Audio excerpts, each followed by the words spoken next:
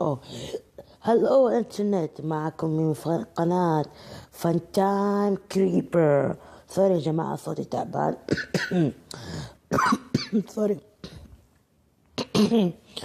اليوم حنشوف حنكمل لعبة The Game Theory. ردة فعل The Game Theory فناف، أحد من حلقاته. فيلا خلينا نتفرج مع بعض هذا المقطع لنعرف إيش الأشياء الجديدة بيكتشفها مات بات. فيلا مع بعض خلينا نتفرج. It's me, Michael. I found it. It was right where you said it would be. There is only one thing left for me to do now. I'm going to أوه أعرف هذا المقطع. Not touching it. No, sorry, Bob. No way. You can mechanically weave all you want, Michael Eggs Benedict, Afton, Purple Guy, Jingleheimer, Schmidt, but I am not spending another 20 minutes trying to piece together whether Springtrap, whether you're Purple Guy, whether you're a second Purple Guy, and whether all of this requires yet another rewrite of the timeline. I am not doing it. At least not until the next book comes out in June. Nope, no serene doggo. Today, the series that prompts lore-based theories to flood this channel is getting the old-school game theory treatment. That's right. Today, I'm tackling the science of Five Nights at Freddy's.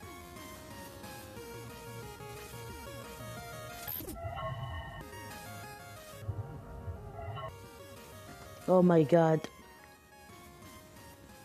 Hello, Internet. Welcome to Game Theory. Where today's Freddy theory is going to be a bit different. No source code deep dives, no rooting around for obscure hidden Easter eggs, only hardcore real-life research. Oh, but speaking of the source code, something really fascinating is going on right now. Scott Coffin's two websites are having a conversation. Scott Games is saying things like, "You're crowding us. You can't tell us what to do anymore. We outnumber you." And the FNAF World website is replying with, "Be quiet. Yes, I can. You will do everything that I tell you to do." Which makes it seem like FNAF 6, Sins of the Father, it's my title, feel free to use it, Scotty C. It's gonna be like an all-out animatronic Civil War-style battle against the OG creator يعني ويليام ومايكل ويليام وهنري قاعد يتهاوشوا مع بعض شكلهم. Meanwhile, in other FNAF updates, since a lot of you have been asking me on Twitter about my thoughts on this, the movie got itself cancelled and then found itself a new partner, Blumhouse Productions. تم كانسل فيلم. Activity, Oculus, The Purge, Get Out. Honestly, I think it's great news. Blumhouse has made a name for themselves by doing awesome movies on really teeny tiny budgets. And FNAF as an indie franchise needs that cheaply made indie vibe to really make it scary. It doesn't need a big studio like Warner Brothers, where it used to be. هو صعب انك تسوين. Family friendly so they can go in and sell more FNAF toys and it becomes the next Minions or something. Low budget is the way to go because it forces you to get creative. So this news actively made me excited for the movie. A video game movie based on FNAF. Seriously, all the subs to film theorists better get themselves ready for a heaping helping of Freddy when that movie rolls around. هذا قناة The Game Theorists. The movie theory. Twitter, onto the episode. This week, I'm covering a topic I've wanted to do since the release of FNAF 4 back in 2015 and never had the opportunity to because I was always so busy trying to piece together the damn lore. And that is, can an animatronic actually kill you? Since, you know, this series has a lot of animatronics and a whole lot of death at the hands of animatronics. Of course. More specifically, I want to focus on the bite. You know the one I'm talking about. Whether or not you believe this moment to be the bite of 83 or the bite of 87, whether or not the date really even matters anymore, one thing is clear. This is the moment that set in motion everything else in these games. Based on the evidence coming from 6 games of the Silverized book, William Afton, creator of the animatronics, suffers this tragedy where his son's head gets crushed in a childhood bullying incident. A few days later, the son dies of his wounds in his hospital bed, setting in motion Afton's quest to put him back together. Cut to scooping, sister locations, a dead daughter, and more missing children than you can shake a basket of exotic butters at. Exotic butters. Of this one moment. The bite is treated as a freak accident, something that couldn't have been helped. The horrific ending of an innocent childhood prank gone wrong. A series filled with haunted puppets and reincarnated skin suits starts with this. Just a random tragic incident that nobody could have stopped. A simple mechanical failure. Remember, of course, before any of the suits are haunted, it's still just a regular old animatronic. But is that really true? No. Does a regular old animatronic actually have the ability to crush a child's skull? Or is there something a bit more sinister going on here? Yep, something wrong. I will never look at my last sister location theories the same way again. And it's all thanks to the results of this episode's research. To begin to piece together the real danger these Disney rejects pose, we need to understand what makes them so dangerous in the first place. Sure, it might be easy to assume that Golden Fredbear and Golden Bonnie here are deadly because they're spring-lock suits, but as we hear about in FNAF 3's phone calls, the locks are only to hold back the sharp, pointy innards so they could be worn in suit mode. To change the animatronic to suit mode, insert and turn firmly the hand crank provided by the manufacturer. Turning the crank will recoil and compress the animatronic parts around the sides of the suit. What the freak? To climb inside. Please make sure the spring locks are fastened tight to ensure the animatronic devices remain fixed. It's also something that we witness up close and personal during Night 4 of FNAF's sister location. The spring locks hold back the robotic innards, and them unsnapping and releasing the mechanism is what makes them so deadly. But during FNAF 4's bite, Golden Freddy is already in robot mode. There would be no spring locks activated. They would not be snapping shut. To put it simply, the robot is operating mechanical. any normal animatronic would, meaning that the danger is coming not from some weird, unique detail of FNAF-verse-style robots, but rather from the same mechanisms that exist in any animatronic, be it in a fictional pizzeria to the creepy remnants of Big Bear Jamboree heads looking down at you from the Winnie the Pooh ride in Disneyland. Go ahead, look it up. There's some nightmare fuel for you. Or better yet, if you're at Disneyland leaving the Heffalump and Woozle section of the ride, look behind you and look up. Ho ho! Prepare for a surprise. Anyway, things considered, to truly unwrap this theory, we need to know how normal animatronics actually work. Enter a man named Vern Grainer, an engineer who used to build robots for Chuck E. Cheese. Turns out, how these things are built is actually a closely guarded trade secret, because I can pronounce my alwas. But in an article he did for Nuts and Bolts magazine back in تشاك تشيز عندنا هنا تشاك تشيز في السعودية لكن ما رحت شفتها في متشاركس ولا لا ما شفت. Pneumatic actuators.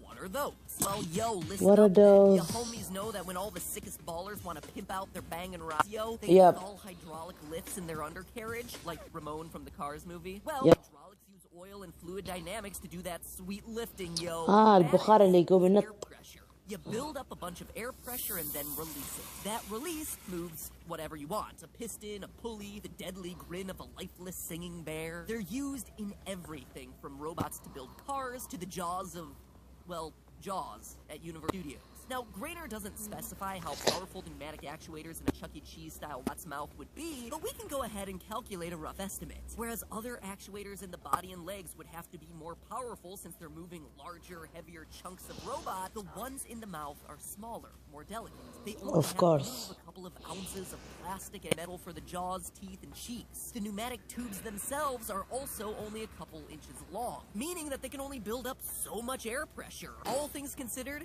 you're only going to need about 40 psi of air pressure max to do all of that. That's not a whole lot. It's like the pressure created from a strong breeze. How the heck do a handful of small pistons powered by air create enough force to crack a child's skull wide open?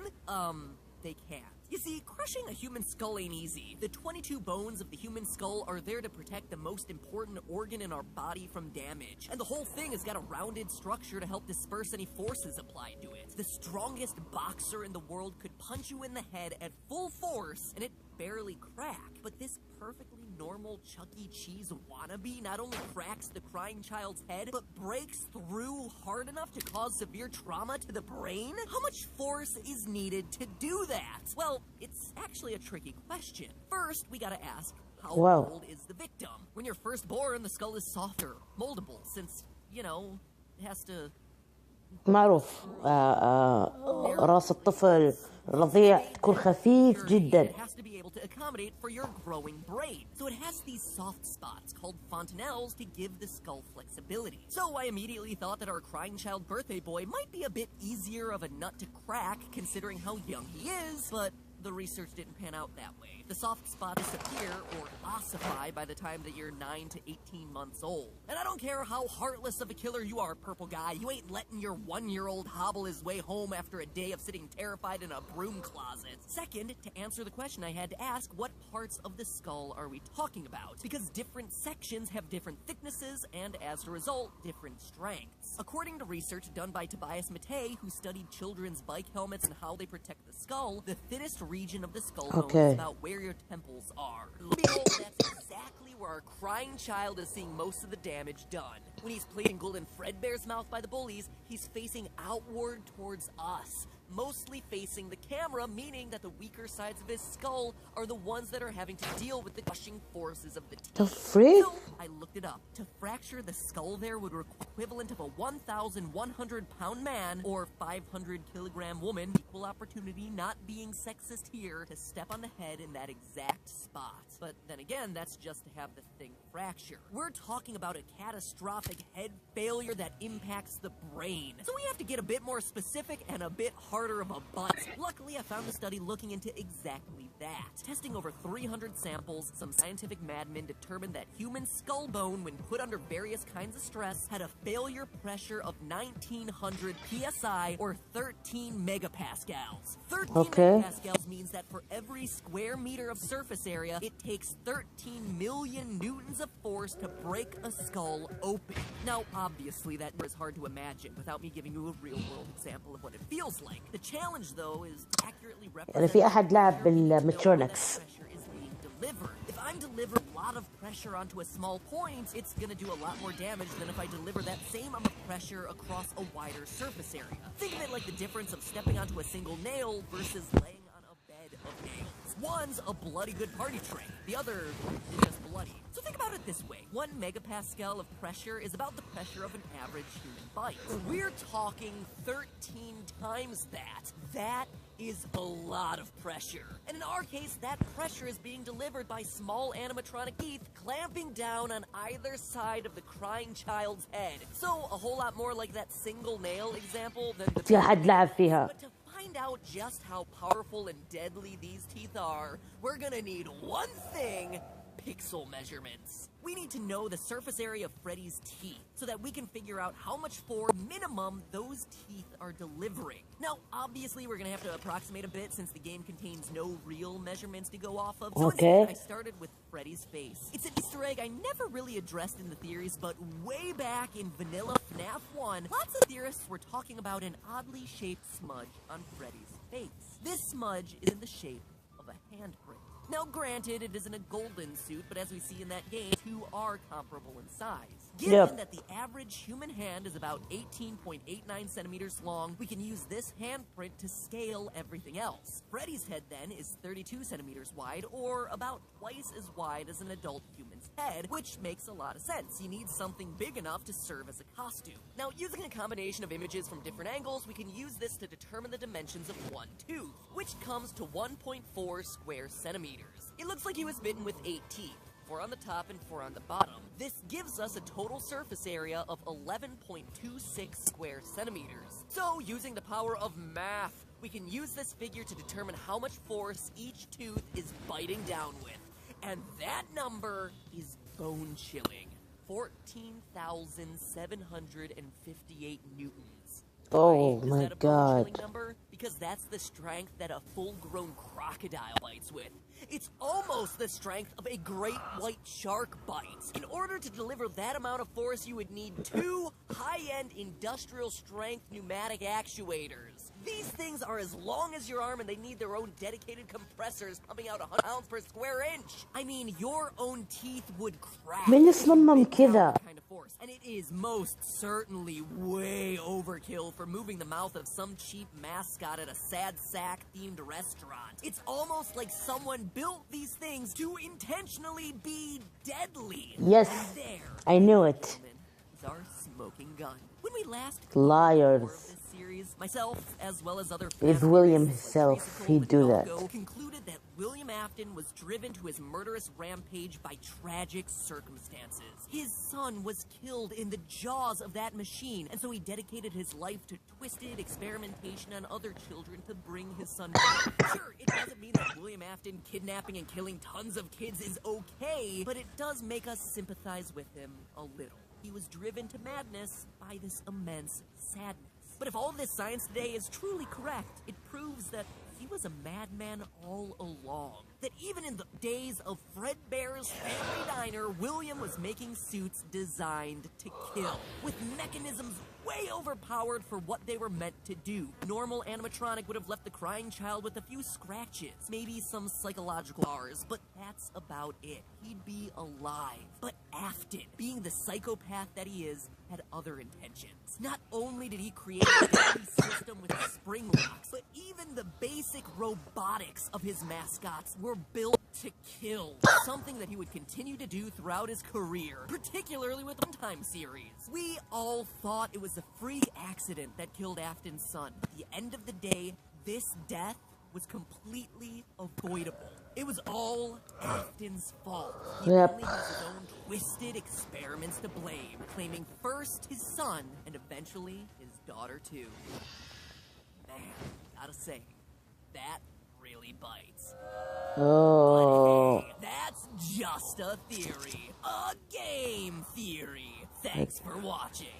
6 whole months.